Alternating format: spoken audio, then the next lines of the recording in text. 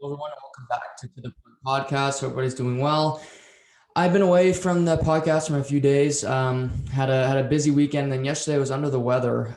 So I apologize for anybody that's looking for content here. I've been a little MIA, but I'll be back. Not feeling 100% today, but getting back on the right track. So there's too much sports to talk about that. I had to get back on here and start talking about it. And throughout the weekend, we learned about the Stanley Cup semifinals between Vegas, Montreal, Islanders, Tampa. We've seen Game 1 of both those series. The NBA playoffs started to really get interesting with a lot of three series being at 2-2, and the Suns sweeping, already advancing to the conference finals. So we'll dive into that. We got the French Open, which was just fantastic over the weekend. Friday after work, getting home and watching the last 2.5 sets of Rafa Nadal versus Novak Djokovic. And then Sunday morning, watching the incredible action between Tsitsipas and Novak. I'll dive into that. UFC pay-per-view over the weekend. Say what you want about the sport, but it brings entertainment. And Nate Diaz lost his fight against Leon Edwards, but he brings it. And he's a guy that he fights to the bitter end. He's bloody as hell, and he's beaten to the ground. But the guy he brings entertainment value. And we've seen the title change hands, a new champion in Brandon Moreno, a lot happening there. Gerard Gallant, the Turk Gallant getting hired, the PEI native, as a new head coach of the New York Rangers. So that's interesting. I'll dive into that decision. A lot to get into today. But off the top, I'm starting with something. I'm very happy. Yesterday, I was, kind of sleeping a lot of the day, and I wake up and see the CFL, the Canadian Football League, is returning on August 5th. I think this is fantastic news. I'm a big CFL fan. It's not for everybody, and I get that. There's probably people that haven't watched the CFL game in years. For me, it's a sport that just symbolizes Canada. It's a Canadian Football League. It's been around for over 100 years, and the Grey Cup is something that I hold dear. And obviously, we missed it last year because of the COVID pandemic, and then it looked like the league may shut down because we couldn't get asses in the seats, which is still alarming to me because it's outdoor stadiums. But nevertheless, I'm not a government official, and I won't go on my COVID rant today. But it's returning. August 5th, we're going to kick off a 14-game schedule that will finish on December 12th with the Grey Cup in Hamilton, which is a great location for it, one of the great cities of the Canadian Football League. And I'm just happy the league's going to be back. Obviously, it's usually starting in about a week's time. Obviously be a month and change later, August 5th, but training camps are slated to open July 10th. And with an August start, that's great for me. There's no hockey. There's no basketball. Obviously, there'll be free agency around that period. But it's a live sport. Obviously, you're going to have baseball in there. You're going to have, obviously, the Canadian Football League now. Tennis is in full swing with the Rogers Cup and then the U.S. Open later in that month. But it's great to have it back. And, to see Bo Levi Mitchell and Trevor Harris and all, the great quarterbacks of this league get back on the field, throw to superstars like Eli Rogers. I mean, it's just, I'm happy, seeing guys get another chance to play. A lot of these guys probably thought maybe their career was over. Charleston Hughes, one of the great pass rushers in the history of Canadian Football League, was saying, my career might be over. I'm 36 years old. He's getting another opportunity to play. And, the big picture, these guys are getting a salary. They're getting a paycheck. This is what they, most guys have dual jobs when they play in the Canadian Football League, but it's just good to see them back, to have them back in the league, to have it back on the mainstream. And, you can tell, a guy like Glenn Suter, who calls games for TSN, he usually did games with Chris Cuthbert, who unfortunately left for Sportsnet, and he does a good job calling games in the NHL. It'd be weird to see him not calling CFL games this summer. But he's a guy who just has such a passion for the sport. He played in the league. I think he's one of the great color guys at TSN, period, any sport. He has such a passion. Rod Smith, the guys on the desk, they love the Canadian Football League. And hopefully, it's going to be August 5th. That's the first games of the season. We should be able to have really good crowds. Again, it's outdoor stadiums, and I don't care where the stadium is.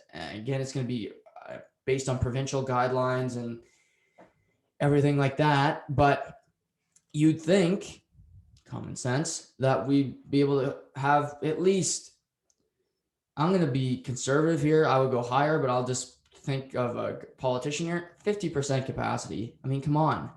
We've been vaccinating people for a while now. And yeah, we've been behind the 8 ball because we have an incompetent leader as our prime minister. But we're getting closer. We're getting, in New Brunswick, we're almost at 75% vaccination rate, which, if you need to be vaccinated to go to a sporting event, then if that's the criteria, then make that the criteria. I don't think it should be, but again, that's beyond my pay grade. But in places like Saskatchewan, in outdoor stadiums like Alberta, the capacity should be high. We're seeing fans at the Montreal. Did you watch the Vegas game last night? And again, that's Vegas, and people could say, well, they shouldn't be that full. Well, it is, because life in the antithesis of life goes on. And that's basically what I'm saying here. CFL was paused for a year and a half because of COVID. But guess what? The CFL wins because life goes on. COVID's still going to exist. HIV still exists. Cancer exists. But we move on. You have to, or you're sitting in quicksand for the rest of your life. But I'm just happy to see the league. I love the league. I started loving the league watching it with my grandfather. He was a big Hamilton Tiger Cat fan. And, the guy had to root for the New England Patriots because he needed a team to win because he was a Toronto Maple Leaf fan. But the Tiger Cats would always, in his last, 10 years of his life, they got to 2 Grey Cups and 2 conference championship games, but could never pull it off. Maybe coming back, this is the Tiger Cats year. But great cities like Hamilton that love the CFL, Saskatchewan, BC, they really love their football. Even the Edmonton Elks, formerly the Eskimos, they love their football out there. It's not a joke league to these fans. And it isn't to me either. It's 3 downs. It's different. It's not for everybody. It's a niche sport. But with the Olympics, with everything happening with golf in full swing, I love having another sport to flip to. And I'm really excited to watch the games and get that season going. So just excited for the league to be back. Good for Randy Ambrosie. Canadian governments just don't screw it up when it comes to fan attendance. Get as many people as you can in there, of course, safely. But let's progress here. We were told if we get vaccinated and we do all this that we're gonna have different restrictions, or restrictions are gonna be loosened. We'll be more free. Well, show us. We are. So if there's a live sporting event in our country, we should be able to go. Again, the Toronto Blue Jays should be playing at home right now, in my opinion. And if teams have to fly in and both teams have to quarantine, whatever, not quarantine, but just go to the arena, go to the hotel, you can't do anything else, so be it. Montreal's playing Vegas Friday night in Montreal. And guess where both teams are right now? The United States. They're flying over into Canada. What's the difference? The Blue Jays play Baltimore at home on Friday. Why aren't the Blue Jays playing at Rogers Center? And it's extending to the end of July that they're going to be playing in Buffalo and not Toronto. Again, I'm not a government official. I don't want to be a government official. However, I think some of this stuff is just common sense. And, again, common sense would be great if it was a little bit more common. But anyway, I'll move on from that. COVID riles me up, as you know, if you've listened to this podcast before. But we'll move on from that, and hopefully for bigger and better things down the pike here when it comes to sports and live sporting events in Canada, the best country in the world. At least sometimes I think so. The NHL. We got our conference championship set up. Islanders, Lightning, Vegas, Montreal. And the two are really interesting because you got Islanders, Tampa, a rematch of last year's conference final. And then you got Vegas, who was also in the conference final last year, losing to Dallas, playing the Habs, who nobody saw getting here. Being down 3-1 to Toronto, then sweeping the Winnipeg Jets. They are truly, in the March Madness terms, they are the Cinderella team. They are the Florida Gulf Coast, if you will, even though I think they're a lot better than people give them credit for. And looking at these matchups, obviously Vegas comes in a heavy favorite. In the other series, I'd say Tampa's a slight favorite, but the Islanders, they're no slouch. They're a team that people, to be completely transparent here, I had the Islanders missing the playoffs before the season. And they almost did. They finished fourth in their conference. Four teams make the playoffs in their conference. They finished fourth. But it doesn't matter. Once you get to the dance, it's like the LA Kings. They finished 8th in 2012. They went on to win the Stanley Cup. Once you're in, it doesn't matter where you finished. Austin Matthews, Connor McDavid, Leon Draisaitl, Marner, McKinnon, all these guys had crazy amount of points nominated for the Hart Trophy. Great seasons. They're golfing. It does not matter what you do in the regular till you get to this point. And I'll start by talking about last night's game, then I'll pivot back into the Islanders Tampa. That was Sunday afternoon, and preview game 2 tonight. But last night, Vegas at Montreal. First of all, I listened to the sound for the first 10 minutes because I wanted to hear what that building was like. And I'm trying to find this ability to just listen to the crowd noise without listening to the announcers, because even though last night was I like Chris Cuthbert a lot. Craig Simpson kind of gets on my nerves, but he's not calling a Leaf game, so it's not so homerish, if you will. But what an atmosphere in there. Just crazy. I love it. It makes me want to go to a game, especially in Vegas or, Nashville isn't my bucket list item to get to not only the city, but go to an NHL game at Bridgestone. But great atmosphere. And the first period, I give a heavy edge to the Montreal Canadiens. I thought they came out flying. That first period, you really saw a great period from, one of my favorites, Josh Anderson, the Unicorn, where he brought the physical presence. He drove the puck to the net twice. But the first period, you got to give a ton of credit to Marc-Andre Fleury. He made some critical saves. I mentioned the one on Josh Anderson where he stuck out his right toe when he was breaking in. He also made a huge save on Brendan Gallagher right on the doorstep. And to his defensemen also really helped him. They boxed out well because his rebound control was not great the whole night, but especially in that first period where the Deno, Lekin, and Gallagher line was really getting pucks to the net. They were in the crease area, getting in his face, and they're Montreal's best line all night. But it's the thing. You got Montreal that they bring the pressure. They bring the pressure. But it didn't matter because who strikes first but the Vegas Golden Knights. Ben Sherratt, who is another one of my guys, made a stupid decision. He had more time than he thought. He's in his own zone, fires the puck down the ice because they're tired, but they're tired after a long shift. But he had time, and they iced the puck. Off the draw, Chandler Stevenson, hops on with Mark Stone and Pacioretty.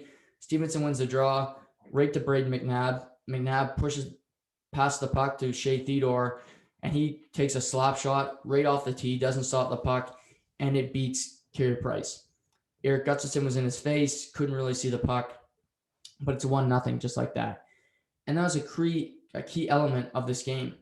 Defensemen scoring for Vegas. They win the game 4-1. 3 goals are scored by defensemen. And they got points by defensemen on every goal that they scored. And that's something that is so impressive to me, what Vegas can do with their points. I mean, you got Theodore, Pietrangelo, Martinez, who's just a clutch. He scored a game-winning goal to win the Stanley Cup. He scored the game-winning goal in double overtime to beat the Chicago Blackhawks in 2014 to go on and win a Stanley Cup. This guy plays in the big moments. He scores in the big moments. And, it continued throughout the game. After the first period, the second period was just a penalty-filled affair where Vegas had 3 power plays. Montreal had 2 in the first 10 minutes. Just, crazy up and down. But after a 5-on-3, Montreal kills off a 5-on-3, but they're stuck on the ice long shift. And the puck comes out to Shea Theodore. He's right in the middle of the slot. He's getting ready to fire one on Carey Price. But he one pumps the puck. He fakes it, fakes the slapper, holds on to the puck, throws the puck to his right. Sitting on the hash is Alec Martinez. Carey Price dives across trying to get there, but can't. Makes it 2-0 Vegas. And two goals, both by defensemen. On the power play, about 10 minutes later, Cole Caulfield scored for Montreal. It's his first career playoff goal. Pretty cool scene. His parents are in the building. His mother, crying. It's good to see him, and who assisted on the goal were Corey Perry and Tyler Toffoli. Corey Perry with points in 5 straight. Tyler Toffoli with a 7-game point streak. So after a slow start to the playoffs, he's more than made up for it, and after his great regular season. But less than a minute later, and it's 3-1. Matthias Janmark gets his stick on an Alex Tuch shot, gets past Carey Price.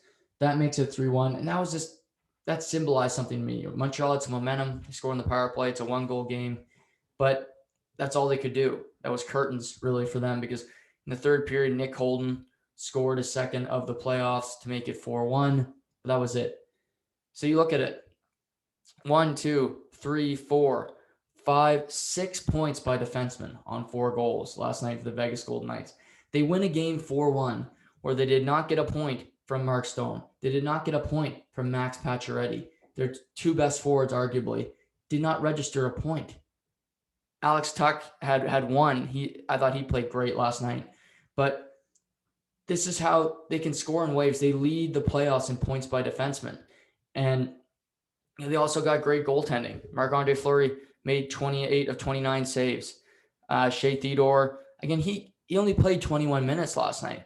But he's going to be on Team Canada, anchoring their team to hopefully a gold medal in February. Alex Pietrangelo is going to be on that team as well. This team is just loaded on the back end, because you have one of the great goaltenders in the history of the league in Marc-Andre Fleury, and then you have a defense in front of him. I mean, you can look at Theodore, Pietrangelo, Martinez, but a guy who's just an unsung hero, and another guy I love, he's similar to Ben Sherratt, is Braden McNabb. Is he going to do anything flashy? Nope. But he's mean. He's going to hit you. He turns pucks over. He's going to protect his goaltender. He's got a big shot when you let him shoot the puck. He got an assist on Shea Theodore's goal last night, and he's just sound defensively. He's like a Sherratt. He's like Jake Muzzin in Toronto.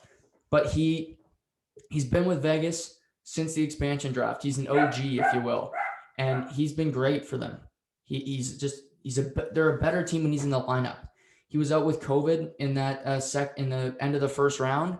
That hurt them a lot. They miss him, and they got Zach Whitecloud's another defenseman who's taken a big step. He was one of the original draft picks of this franchise. He looks really good. So this team is solid. For Montreal, first period, they deserve better fate. They could have scored a few extra goals. There were some rebounds there that could have been had. I thought they played really, really well in that first period. They were by far the better team. But for them, what's going to be key in this series is winning the special teams battle. They need to score in the power play, and they need to stay out of the box too, because Vegas has a good power play. We saw them score on it last night. And but for Montreal, you got a power play goal last night. You might need more than one in a game. You need to score when you have opportunities. And a guy I'm going to say you got to step up is Josh Anderson. I love the guy, but he hasn't scored since game 1 against Toronto. And he was a dominant figure in that game. I thought he played pretty well last night. But again, it's brass tacks. It's not about did you play well. It's about putting the puck in the back of the net. And he hasn't done that since game 1 against Toronto. That was 12 games ago. It's just not good enough. And, 1 goal in his last 12 games, as one of the lethal players on this team, they need production. Corey Perry, Yoel Armia, these guys have been fantastic. Eric Stahl, but they're the 4th line. They can't do it every night. Again, Philip Danault is a checking line center. His job was going to be to shut down Mark Stone, Pacioretty, Chandler Stevenson. And to his credit, he did do that last night. None of them got a point. So you could say it was a wash for Philip Deneau. He's not going to score many goals. And playing with Gallagher and Lehkonen, not to say that they aren't dangerous offensively, but again, their role is to shut down the opposing team. So lines like Kotkaniemi, Anderson, and that line needs to score. You need to put pucks in the net. Also in the back end, Shea Weber, could you hit the net? I think he's played really well in this playoffs, but when it comes to having the puck at the point, the guy cannot hit the net. He misses by 10 feet. Hit the net, man. Missing Jeff Petrie hurts because he's their most mobile defenseman and he's the most creative offensively. Gustafsson doesn't have the confidence to do anything offensively when it's not in the power play because he's afraid to make a mistake. And I don't think Dominic Ducharme and the crew really trust him all that much. I do like to see Romanoff in the lineup. I thought he played well last night. Great hit on Alex Pietrangelo in the first period. He brings some bite at the end of the game, kind of sending a message for game 2. But he looked, for a young guy who's hardly played in the playoffs, he looked confident and not afraid of the big moment. That's for sure. But for Vegas, you're happy you win game 1. For Montreal, again, special teams battle, and it's guys like Anderson, Kotkaniemi. You got a matchup that's not against Stone and them. You need to produce. And help from the back end wouldn't hurt either. And last night, Carey Price lets in 4 goals. The Martinez goal, no chance. Shea Theodore, I don't really give much of a chance either. And the Janmark was just a tough break. But outplay Marc-Andre Fleury in game 2. And that could always happen. Go out there and be the better goaltender and, show something there. But we'll see. Game 2 goes tomorrow night at 10 o'clock. I have Vegas winning this series in 6 games. I also have Tampa winning in 6 games. I have both series going 6. Obviously, the Islanders have a 1-0 series lead there. But, yeah, I don't think this is going to be a cakewalk. I think we saw last night Montreal's got some fight. They're going to bring it in this series.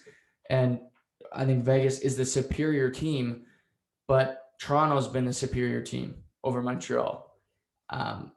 Winnipeg was the superior team over Montreal, in my opinion. I was a big, Winnipeg supporter throughout the year. And Montreal beat both those teams. I just think Vegas is better than Toronto and Winnipeg. I said all year that the North Division was weak. And if Montreal losing to Vegas, it doesn't really prove that. It just proves that Vegas is a really dominant team, one of the best in the NHL. And maybe they should win the Stanley Cup. I mean, they beat Colorado, who I think was the best team on paper. So we'll see what happens, but Vegas takes game 1 after strong performance from their back end. And another thing for Montreal, you see McNabb, you see Pietrangelo. These guys are hard to get by. You might have to chip and chase. When you see a bunch of times last night, guys trying to get past McNabb, he breaks up. He's got a long stick, and they turn the puck over. Then it's, odd man rush the other way. Creates a scoring opportunity. You might have to chip and chase and go work in the corners a little bit more because they have big defensemen that can break up plays before you even get traction in the zone, and it's trouble the other way. So something to look into for Montreal. It's just you might have to work in those corners and win those battles against Vegas because you're not going to get by them. They have big horses on the back end that are tough to get by. They're big, they're agile, and that's going to be difficult for you throughout an entire series to try to win that way. So just something to keep your eye on as the series progresses. In the other conference championship semifinal, it was the New York Islanders defeating the Tampa Bay Lightning 2-1 Sunday afternoon. And really, typical New York Islanders fashion, just a dominant defensive performance. And it was like game 6 against Boston. In that third period, they gave Boston nothing. They played offensive as much as they could, but they didn't give Boston anything to work with. And Tampa, they didn't have any ice. Tampa's most dangerous, player over the first 2 periods and change, was David Savard. I thought he played his best game as a Tampa Bay Lightning since being acquired. He played really well. It was aggressive, physical. You noticed him right away, but that's not a good thing. They have guys like Steven Stamkos. They have Nikita Kucherov, Braden Point. The list goes on. They weren't that noticeable. Braden Point scores a goal with under a minute left to make it 2-1, but it was too late then. They weren't going to give up another goal. And, did Andre Vasilevsky let in a bad goal? Yeah, he did. Midway through the third period, Ryan Pulock gets a shot, goes right through his body. As a goaltender, just if you know the game a little bit, if a puck goes through you as a goaltender, it's never a good goal. And there was no screen. It was just a really ugly goal. Again, that's a mulligan for Vasilevsky. The guy's arguably the best goaltender in the NHL. He's the defending Stanley Cup champion in net. So you'll let that one live. You expect him to come back and make better saves tonight. But for Tampa, you're playing a team that had a template for you. They played you last year. They lost. We saw Tampa play the Columbus Blue Jackets. They got swept after winning 63 games in the regular season. And the next year they come back and they beat the Columbus Blue Jackets. The worry for John Cooper has to be, we figured out Columbus's MO, how they're going to beat us. Did the Islanders figure out something about us? And Barry Trotz is one of the smartest minds in the history of the NHL. And something the Islanders have this year that they didn't have as much last season was complementary scoring. Matt Barzal's been a superstar over the past series and a half. Against Boston, games 3 through 6, unbelievable. Scores a huge goal in game 1 to open the scoring. He's playing at an MVP type level, right in that Conn Smythe trophy discussion if the Islanders were to win the Stanley Cup. I mean, that's 7 wins away, but nevertheless, he's in that discussion. But you got Kyle Palmieri this year. He's got 7 goals in the playoffs, one behind Braden Point for the lead in the whole NHL. You got Brock Nelson. You have Ryan Pulock adding scoring. Jean-Gabriel Pageau has 13 points. They're just finding offense. And the fourth line is not going to produce much. Cizikas has scored a playoff winner in the playoffs so far. Clutterbuck had a goal here now and then. But you got a defensive system. But if you have to score a big goal, you have guys that can do it. Brock Nelson, clutch goal scorer. Matt Barzal. Anthony Beauvillier's a year older. These guys aren't the young pups that they were, and they can score goals now. They still play that system that Barry Trotz wants them to, but we see that it works. Barzal gets an opportunity at partial breakaway. He beats Vasilevsky 5-hole. Now, Tampa will want to play their style. They don't want to play the Islanders style, and they have more high-power offense than the New York Islanders. No fight there. When you got a guy like Stamkos who can score a goal from anywhere, you have Kucherov and Point, and Victor Hedman and Sergachev on the back end, there's opportunities to score anytime you get on the ice. But the Islanders, there's just something about them. They just never quit. They take away ice. They take away what you want to do. And tonight's a huge game for the Tampa Bay Lightning. You go down 0-2 going back to New York at Nassau. The crowd there and the way it's been in this playoffs, being 1-1, it's going to be loud. It's going to be hostile. But I have the Lightning winning this series in 6. It's almost a must-win tonight because you go back there for 2, it's going to be really, really hard to win. And, even if you do lose tonight, they come back and win, it's going 6 or 7. That's a long series. That's going to be really grueling on your body. If Tampa even wants to win that series, say in 7, they have to make a miraculous comeback. How are they going to look against Vegas? Because the Islanders are going to take every bit they can out of you. Every time you get the puck, they're going to hit you. And it's going to be hard, and it's not going to be fun. And, for Tampa, they need to get back to what they do well. Braden Point is a small forward, but he's so good at sneaking his way into the front of the net. He needs to get to that area. On the power play, keep distributing the puck. Game one is a bit stagnant. Move the puck around, make it confusing for the defenders. Get Semyon Varlamov moving. That's when he's at his weakest. He's a solid lateral mover. When he's got multiple guys in front of him and he's going to try to keep his eyes on them, it's difficult for him, difficult for any goaltender. And use your point. We mentioned Vegas with all the 6 points by defensemen last night. You got Hedman, you got Sergachev. McDonough's not a natural goal scorer, but he can distribute the puck, get the puck to the point, get guys like Braden Point, Alex Killorn in front of that net, tip screens, and just make life difficult in Semyon Varlamov, because he's been great too. He was in the first round, he was yanked for Ilya Sorokin. Sorokin won game 6 against Pittsburgh. Sorokin started game 1. He gets yanked from that game, and Varlamov's been the starter since. He looks confident. He's playing super confident. I mean, you got two contrasts. You got two Russians in net in this series, in Vasilevsky and Varlamov. Then you get two Canadians in Fleury and Price in the other conference semifinal. I think, the Russians, these two will both be representing their country, and, vice versa for Fleury and Price at the Olympics in February.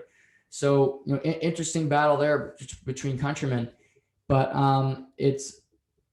I think for Tampa, I expect Tampa to win tonight. I think they'll get to those areas that I mentioned. But the Islanders are a confident group, and I think that they're not afraid of the moment. And for John Cooper, don't let them play Barry Trotz's style. Because if you do that, you could have a similar result to when you played Columbus the first time, where they had your number and you had to adapt. Well, the Islanders have had time to look at you, figure you out, what did you do well to win the cup? And they can adapt to you. Tampa, you won. You know what you did. Maybe you think you don't need to change anything. You get a little bit complacent, and that could be a problem here down the line. So we'll see what happens tonight in game 2 with the Islanders at Tampa Bay. I expect Tampa to win tonight, but the Islanders have, they've been proving people wrong all playoffs. So we'll see what they bring to the table tonight following a 2-1 victory in game 1. I'll pivot to the French Open final. Really just French Open this weekend. The women's final, it was a 3-setter that was Krejcova. Congratulations to her, Barbora Krejcova, winning her first Grand Slam title. Like I mentioned last week, seeing the women's game, it's always about a different woman breaking through. It would have been Pavlyuchenkova or her winning, or Krejcova winning their first career Grand Slam title. And I think that's good for women's tennis. Obviously, having a Naomi Osaka there or a Serena Williams would have been great. But for really a decade plus, it was Serena Williams and nobody else. She didn't have a rival. People wanted it to be Maria Sharapova. It wasn't. Serena's lost 2 matches in her career to Maria, and I think they played over 30 times. That's not a rivalry. A rivalry has to be, there has to be victories on both sides. That's not, you can try to fabricate something, but it just wasn't there. Osaka started to get Serena's number as she gets advanced age, but there isn't that rivalry right now in the women's game. Maybe it can be Osaka and Ash Barty, or Osaka Halep, or Bianca Andreescu and Sophia Kenin. But right now we're kind of in a holding pattern. Naomi's going through her mental health issues. Bianca's inconsistent with injuries. So Kenin won at the Australian Open, but she hasn't really done well at any other major. So we're in a holding pattern right now where any woman can win a Grand Slam. And that's not an exaggeration. Krejcova was a wild card. She goes on to win the tournament. Zidansek, a wild card, gets to the semifinal. Pavlyuchenkova gets to the end, gets to the final as a 29-year-old woman after playing for over 10 years pro, after never getting to a Grand Slam final. So it's wide open right now. And Wimbledon starts 2 weeks yesterday. It's a quick turnaround because the French started a few weeks later because of COVID. This is, it's going to be quick. It's a quick turn. It's going to be interesting to see. Serena Williams, one of her best majors is Wimbledon. Like Roger Federer for the men.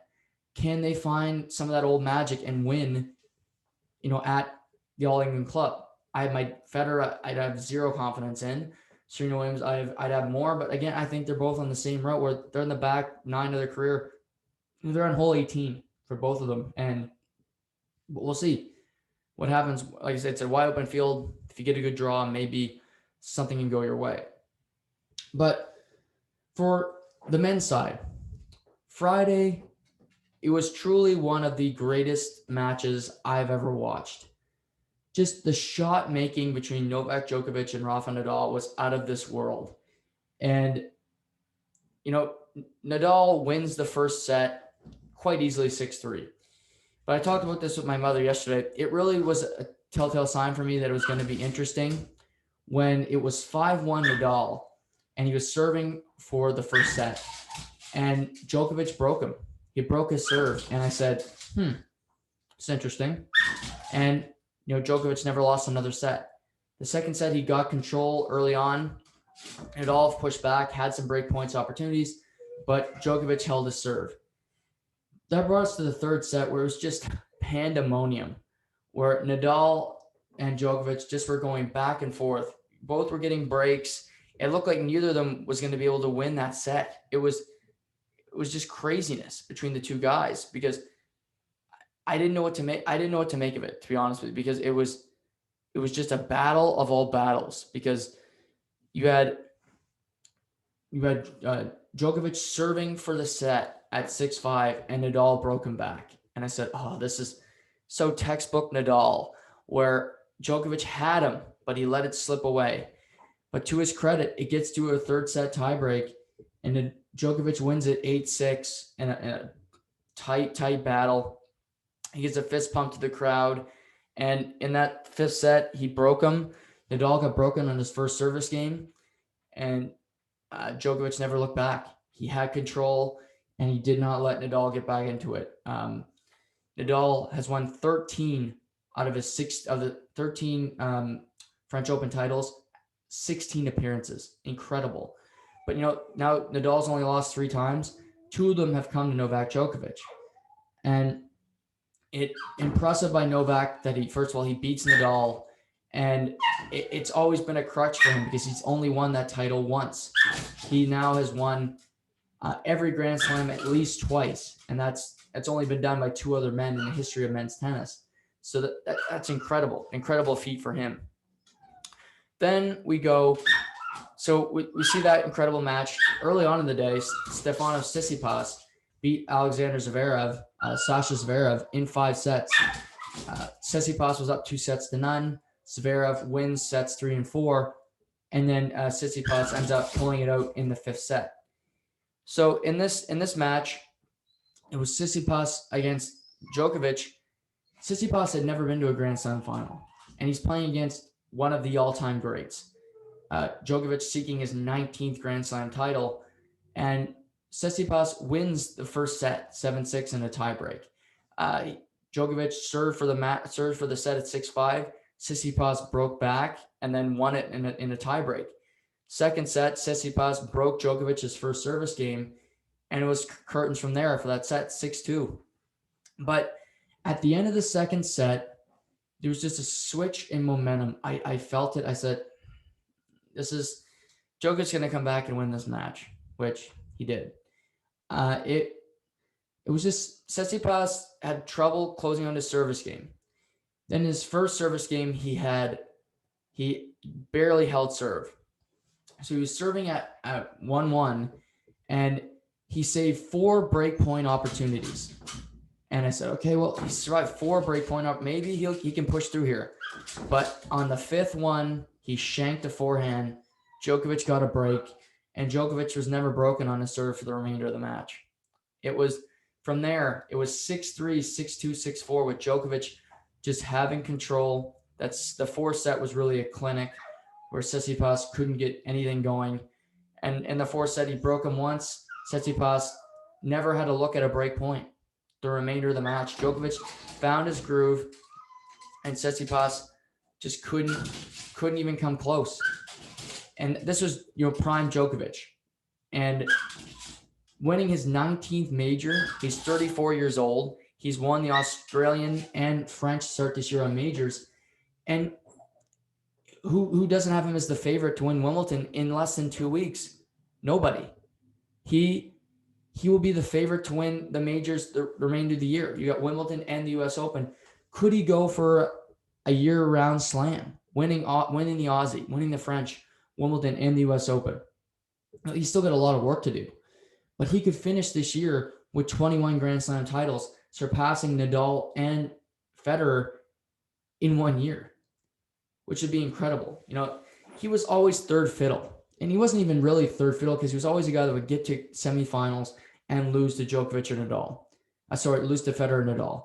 Now he beats them routinely. And you see a guy like Tsitsipas, you see a guy like Sasha Zverev. These guys want to break through, but they can't. Dominic Thiem won the U.S. Open last year, but because Djokovic was kicked out of the tournament for hitting a ball girl. Dominic Thiem's not beating Novak Djokovic on a hard court if he's there. These guys that are really good players like Thiem, Zverev, Tsitsipas, Andrei Rublev, they are up-and-comers. They are great. They can win tournaments that aren't majors. But it just hasn't clicked for them yet at majors to beat Nadal or Djokovic, especially Djokovic, but still Nadal. Nadal wins. He's won the U.S. Open the past number of years. He wins at Roland Garros pretty much every year, 13 out of 16. And, for Federer, he's been out of sight, out of mind because he's had injuries. He's getting up there in age. He's gearing up for Wimbledon. He won his first round match yesterday at the Halle tournament, which he loves to play prior to Wimbledon. But, when will the younger crowd break through? And who will it be? And for me, breaking through is not Thiem beating Zverev at U.S. Open. It's somebody beating Nadal or Djokovic in a Grand Slam final. Or even a semifinal. If you beat one of them to get there, that would impress me. That's what you have to do. You have to beat one of these guys to do it. Dominic Thiem has pushed Nadal at the French Open, but he couldn't beat him. Tsitsipas went to 5 sets against Novak Djokovic Sunday morning, but he didn't beat him. To reach that mantle, to be the guy that finally broke through. We heard forever, well, it's going to be Grigor Dimitrov. It's going to be Raonic. That was 5-6 years ago. None of them won. Raonic, a Canadian, got to a Wimbledon final. He didn't win. He lost to Federer.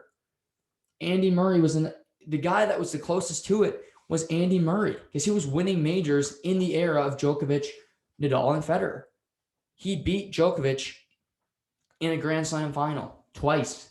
He's beaten Federer in a Grand Slam final. He beat Federer in the gold medal game at the Olympics.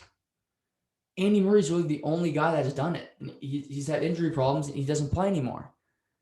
So who will it be? And Djokovic is 34, still playing at a really high level. Nadal is still playing at a high level, but he's been through a lot in his career. Nadal, when it comes to injuries, the knee surgeries he's had, and just the style of play that he has, it takes a lot out of his body. He's had a ton of surgeries. So with Federer, walking into the sunset soon, I think this could be his last Wimbledon. Wouldn't shock me if we hear after the tournament, this is it for me. Because Wimbledon's really his home. It's where he's made his hay. If he has a great tournament, maybe he walks away from tennis at Wimbledon. Nadal, I still think he's got a few years left in him, but is he going to be able to win consistently forever? We saw Djokovic had more stamina than Nadal on Sunday. And as his age progresses with the injuries and everything and what he's gone through, how fit is he going to be? He's not going to be more fit than Djokovic. I think Djokovic's the most fit person in men's tennis. He just never seems tired. He doesn't sweat, it hardly seems like. So the only thing that can beat Djokovic is his temper, because he likes to throw his temper tantrums. He's little hissy fits, as I like to tell my mother, because she's a big fan. But other than that, who's going to stop Djokovic? Can a young guy break through and beat him? Winning at the Rogers Cup, or winning at the City Open, or the Miami Masters, that doesn't count. That's not breaking through. You need to beat them at the majors. It's like golf. You make a name for yourself winning a tournament. Bryson DeChambeau people made fun of him for all his quirks and everything he does weird, with his swing and bulking up and hitting the ball far. Well, he won the U.S. Open last year. That validated what he did. That shut a lot of people up because he said, I won a major tournament here. Andre Rublev, Tsitsipas, what you guys are hoping to accomplish, you can do that by defeating the big names. And we'll see what happens, but Wimbledon starts in less than 2 weeks. Djokovic will be the favorite coming in. Roger Federer is gearing up for it. Nadal will be there. So all the big three in men's tennis. Serena Williams is gearing up for the tournament as well. So, they didn't get to play Wimbledon last year because of COVID. They didn't get to play the British Open in golf last year because of COVID as well. We're going to see both this year. Both next. The Wimbledon starts June 28th. I believe the Open Championship, or the British Open, so I like to say here in North America, that starts in mid-July. So both tournaments will start around as Wimbledon finishes. I think the next week is the Open Championship. So we'll see some action across the pond, and it's good to see Wimbledon back. It's my favorite tennis major of the year by far. I love seeing the grass courts. It's beautiful and great tennis along the way. So excited to see that starting June 28th, and that 2-week tournament always takes a lot of my time. So that should be a lot of fun as we move forward here. UFC 263. I'll touch on this briefly because I want to get to the NBA and some other things today, but a lot of stuff happening over the weekend. Great pay-per-view, first of all, from the UFC. I thought they've had some really good ones lately. I was doing stuff Saturday night, so I couldn't watch it, but I'm degenerate, so I bought the pay-per-view and then watched it Sunday afternoon. And my big takeaways were Nate Diaz hasn't fought in a while, over a couple of years, and he steps into the ring with Leon Edwards, who's no joke, and he almost beat him. Edwards is a really good fighter. He's a guy that will likely be in line for a title shot here soon, but Diaz just brings it. You see his face after the fight, his nose is dinged, he's got blood everywhere. It looked like he'd gone through hell. But in that 4th and 5th round, he brought it to Edwards. He nearly knocked Edwards out, and he's just authentic, and I love that about him because he's not afraid to go. He's gonna fight his way. He's lost a lot of fights in his career. He's had the epic battles with Conor McGregor, and he's been great for the sport, and he continues to be. I don't know how many more fights he's gonna have in the UFC. He's not going to be fighting for titles anymore, but the UFC could do some really interesting things with him. Do they put him back in the ring with Jorge Masvidal? I'd sign up for that. Their first fight was great. We also saw the veteran Damian Maia, who lost to Muhammad over the weekend. He's 43, came out and said, I want one more fight, and I want it against Nate Diaz. I respect him a ton. I wouldn't mind seeing that either. Damian Maia deserves that respect from the UFC. He's 43 years old. He's been fighting forever, putting on a really good product. I think Dana White should try to book him a fight. Maybe it's not against Nate Diaz, but try to do it anyway. But I give a ton of credit to Nate Diaz because I think the guy's a warrior. He's super entertaining to watch. He said he wants to fight later this year. Masvidal wants some pay-per-view money. Nate Diaz is a guy that can bring you pay-per-view money. So Masvidal Diaz 2 would be a lot of fun. Masvidal's also fought his older brother, Nick. Maybe it's Nick that fights Masvidal, but Nate is just a guy. He loves to punch. He's a guy that just brings it every time he gets in the cage. So credit to him for putting on that good a product after such a long absence. Also, we saw Brandon Moreno win the featherweight belt. He fought Davison Figueiredo in their second matchup. They fought in late December, just prior to Christmas, and it was a great fight. It was 5 rounds, championship 25-minute fight that went the distance, and it was a majority draw. I thought Figueiredo won the fight, but nevertheless, it was a majority draw. But both guys beat the living hell out of one another, and it took a lot out of them. Figueiredo was hospitalized because of his weight cut and everything that took out of him in the fight. Moreno had I think he had a broken jaw, and it was a battle. And they meet for the second time on Saturday night, and Brandon Moreno submitted Davison Figueiredo, put him in the choke, and he tapped out in the third round. And it was a great moment because he becomes the first Mexican-born UFC champion in the history of the sport. The guy can throw a punch. He's 125 pounds, but he's a tough son of a bitch. And I think Figueiredo is a really good fighting champion. But it'll be interesting to see what happens from here. Figueiredo, I don't think they'll book the trilogy fight right away. They may want him to fight a couple times, get back in the winning circle, potentially get Moreno a different opponent. But I want to see them fight a third time because I think Figueiredo, he talked about his weight cut, how it was really, it took a lot out of him to do it again. It's tough on his body to do it. So maybe he won't want to fight at featherweight anymore. He may want to go up and move up in weight and fight at middle. But I'd love to see them fight again because I think both guys are really, really good fighters. I think Figueiredo is obviously just a really crafty guy who's got power for such a small man. He's got some good power. But, Moreno, I'd love to see him fight Henry Cejudo. Cejudo retired a year and change ago, but he's talked up forever about how he'd love to come back. Well, Cejudo won the belt, but he never lost it. He vacated it when he retired. Does Moreno make him want to come back and fight at welterweight? I mean, that would be he'd have to cut some weight for that for him, but I think that would be really interesting. Maybe he fights Corey Sandhagen. He's fighting TJ Dillashaw in July. So maybe that's his next fight, but congratulations to him. And then we saw, Israel Adesanya defeat Marvin Vettori in the main event. He won by decision. That's how he does it, but it was really a dominating performance by Adesanya, where he's coming off a loss to Jan Blachowicz, where he was fighting for his belt, ultimately losing by decision.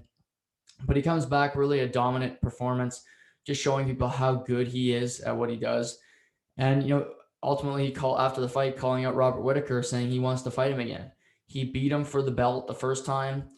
Whittaker is a guy that is one of the best in the sport. And again, that rematch would sell well, and I think it would get the pay-per-view vibe from me. So no complaints there, but a good pay-per-view. We got some decent events coming up, but on the next big event for the UFC is on July 10th, and that'll be UFC 264, where we'll see the third and hopefully final fight between Conor McGregor and Dustin Poirier. That'll be in Vegas. That'll be a sold-out crowd.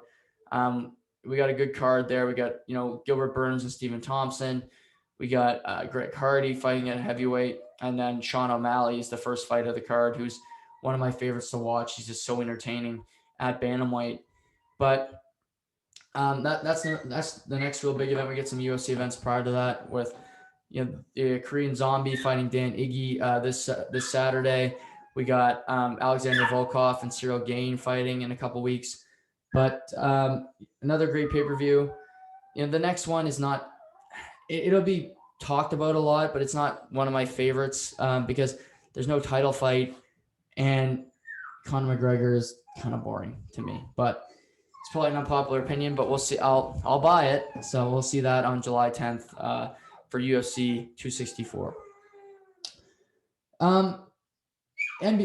Before we get to the NBA playoffs, which I'll touch on before we wrap, I was going to get to baseball today, but there's a lot happening.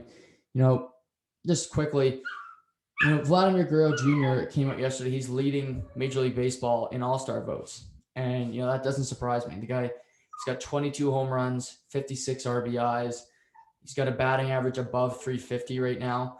And he's becoming just a clutch hitter. Last night in the seventh inning, they're down 1-0. He gets a base hit to start the inning on the first pitch. Then in the top of the ninth, they're still down 1-0. He cranks a home run 450 feet over the green monster. The guy is becoming a clutch hitter. They ultimately lose in extras, but he's having a fantastic year, dropping all the weight and proving to people that he's an all-star. I love to see that from him. And This league's about younger stars right now. Mike Trout's out with an injury. So who do you focus on? Vladimir Guerrero Jr., Fernando Tatis Jr. the third. He's one of my favorite. I think he's my favorite player to watch in baseball. Nolan Arenado, the third baseman for the St. Louis Cardinals. He's a little bit older, but again, the guy's really good. Ronald Acuna Jr. for the Atlanta Braves. Pete Alonso for the New York Mets. These younger guys are the face of the sport. And Mike Trout, it's hard for him to be the face of the sport because he doesn't say anything. He doesn't give you anything. Even the way he plays is not that fun. Shohei Ohtani is the guy that's an easy sell. Yeah, he's on the Los Angeles Angels, who are terrible, but the guy can crank a home run nearly 500 yards. He can pitch to an ERA sub 300, sub 3. The guy is entertaining, and I like that we're seeing the younger stars. And we're starting to see it balance out across baseball, where the Dodgers are starting to win games again. They rallied to beat the Phillies last night. But to their credit, the San Francisco Giants continue to win games. Behind Alex Wood and Johnny Cueto and Kevin Gausman, these starters that are kind of journeymen, and players that are journeymen. Brandon Crawford finding ways to get hits. Brandon Belt, Buster Posey, after setting out last year, having a really good season. We're in mid-June, and the San Francisco Giants are still first in the NL West with the Padres and Dodgers in that division. The Mets are first in the NL East with the Nats struggling. The Braves been really inconsistent this year, especially So we'll touch on baseball more and more as the other seasons wind down. But I just wanted to touch on what the younger guys are doing for the sport. And I think it's really saving baseball because a lot of it can be a little bit monotonous. Gerard Gallant came out yesterday. He was hired by the New York Rangers to be the next head coach. And first of all, congratulations, Gerard. He was fired in Vegas, and after getting that team to their first year as a franchise to a Stanley Cup final. But Bill Foley and that group, they had their expectations. They wanted a Stanley Cup. In the second season, they lost in the first round to San Jose Sharks. Midway through the next season, he's gone. And it's hard to argue. Pete DeBoer took over. They get to a conference final last year. They lose to Dallas. They're back in a conference final this year. But for Gerard, this is a really good opportunity. I didn't want him to get the Columbus job because Columbus is going to be bad. They got to deal with Seth Jones, Werenski, both players likely going to be gone. It's just a team that's going to be picking in the top 10 of the draft, I think, in the next 3 to 4 years. It's going to be going through a transition, a rebuild. And unless you really like the coach, he's there for that rebuild. He helps the younger kids. And then he gets fired and they hire the coach they really want. The Rangers clearly identified Gerard as a veteran coach who players really seem to enjoy. And they said, you know what, we're gonna take him because we're a team that we feel we're on the cusp of winning. And I think the Rangers are in a really good position. They got Capo Caco, they got Alexis Lafreniere, Mika Zibanejad. When he's hot, he can score goals at a pace like any player in the NHL. They got Shesterkin in net, who looks really solid. Georgiev. So I like their goaltending position. They got Adam Fox, who just got nominated for a Norris Trophy. He looks like a guy that's going to be a dominant presence. I think Ryan Lindgren is another defenseman, an underrated guy who's really good. Now, could they add an elite scorer? Yeah, because I think Zibanejad is a number 2 defenseman, in his prime. Lafreniere, he's a better winger than he is center. I don't like him playing center. I put him at left wing. I think that's his best spot in this lineup. Kako is more of a second to third line guy, but there's nothing wrong with that. He can be an effective player in that role. But for the New York Rangers, with Gerard Gallant, you're saying, okay, we can win. We can at least push for the playoffs next season. That's our goal. We got Pittsburgh, who's getting a little older. They're in our division. Washington, they're getting old. They're in our division. The Islanders, they're always tough, but who knows? They're not, they're a playoff team. They're not a regular season team. Philly, who the hell, can Carter Hart make a save next season? Well, he couldn't against us last year. He let in 8 goals twice. So do you go out there and you look at, a guy that everybody's got circled for this team in Jack Eichel? Can we acquire him? Is he going to need surgery? There's a lot of questions. But for New York, pushing all in, you got the trade assets. You got players on your roster that you could give to Buffalo. Lafreniere, I doubt that they trade Lafreniere, but if it was me, I would probably do it because I think Lafreniere is going to be better than he was in his rookie year. Nico Kisha was better he's better right now than he was in his rookie season. Is he going to be a superstar? No. Jack Hughes was better in his sophomore season. He had a really good year for a really bad team in New Jersey. But you know what Jack Eichel is. He had a tough year last year, but who didn't in Buffalo? Taylor Hall left that cesspool. He got better. Eric Staal left that cesspool. He's in a conference final playing, important minutes for the Montreal Canadiens. Prior to last season, every year that Jack Eichel played in the NHL, his points and goals went up. And there's no reason to believe that he's hit his ceiling yet. I don't think he has. And for him, it's about finding that opportunity and capitalizing on it. And for the Rangers, having an elite number one center is something that you need. We see some teams, you can go far without it, but can you win a cup? Can the Islanders, can the Montreal Canadiens win a cup without a legit number one center? You could argue that's Matt Barzal in Long Island, but we'll see. I think that's a debatable topic. In Montreal, who would that be? Philip Danault? The guy can't score. An elite number one center is a guy that can do it on both ends and score goals. So maybe that'll be proven wrong if either one of these teams can win a Stanley Cup this summer. But for the Rangers, you have a lot of your pieces. I think so. If you have to part with Zibanejad, I would do it because you can replace Zibanejad. It's easier to replace a second line center than it is to replace a first line center because you don't have one. You haven't had one in a hot minute here. So again, the surgery and how long the rehab will take to come back will play an impact for sure. But if you have him for 4 or 5 years, next year the Rangers' aspirations should not be win a Stanley Cup. And maybe it's James Dolan and the guy's an idiot and he sees the Knicks win one playoff game. He goes, okay, both our franchises have to win right now. You went through a successful rebuild where you're starting to get better year over year. But next year's goal is not to win a Stanley Cup. That's crazy aspirations. But if you can get Jack Eichel and say, well, he's going to miss most of next year, but maybe we make the playoffs without him and we make a push and we win a round or two. And then we add, and then the next season, that's our goal. Okay, in 2023, our goal is to win the Stanley Cup. Well, that makes a whole lot of sense to me because that's what he's going to be a full year healthy. And even if he misses half of next year, he's going to be 100% for the 2023 season. So for the New York Rangers, it's a big salary. You got years left on it, but see what you can do. I would push all in. You got Gerard Gallant. He's not a coach that's there for development. He's there to win. He was in the Stanley Cup final with Vegas. He's got players that should buy in and want to win for him in New York. So we'll see what happens, but I'm happy for Gerard, for him to get a good opportunity, not to take the Columbus job. Brad Larson can take that job, the longtime assistant, and suffer through that.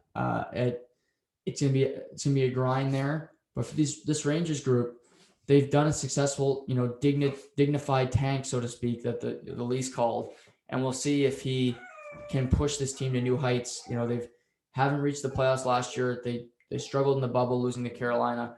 But we'll see what transpires over the next year and change for this New York Rangers franchise and what kind of moves they make to make themselves better and put themselves in a position to be a Stanley Cup contender.